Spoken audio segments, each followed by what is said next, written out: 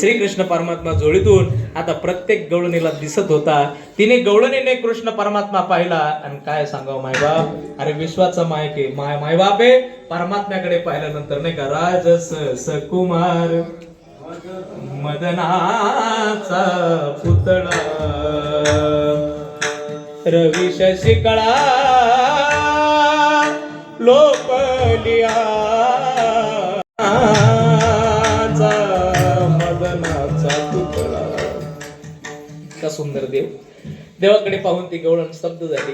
परमात्म्याला पाहिल्यानंतर ती गवळण स्तब्ध झाली आणि यशोदेनं सांगितलेलं होतं जास्त वेळ उभं नाही राहून द्यायच्या. मग त्या गवळणीला लगेच धक्का दिला, ए चल बाय, अजून भरपूर गवळणी राहिल्यात, बाहेर लाईन लागलेली आहे. तिला बाहेर काढून दिलं आणि ती देवाला पाहून सगळं विसरून गेली होती. जशी बाहेर आली ना, तिच्या लक्षात आलं मला कोणीतरी मालुंजाच्या गवळणीने सांगितलं होतं कसं आहे सांग.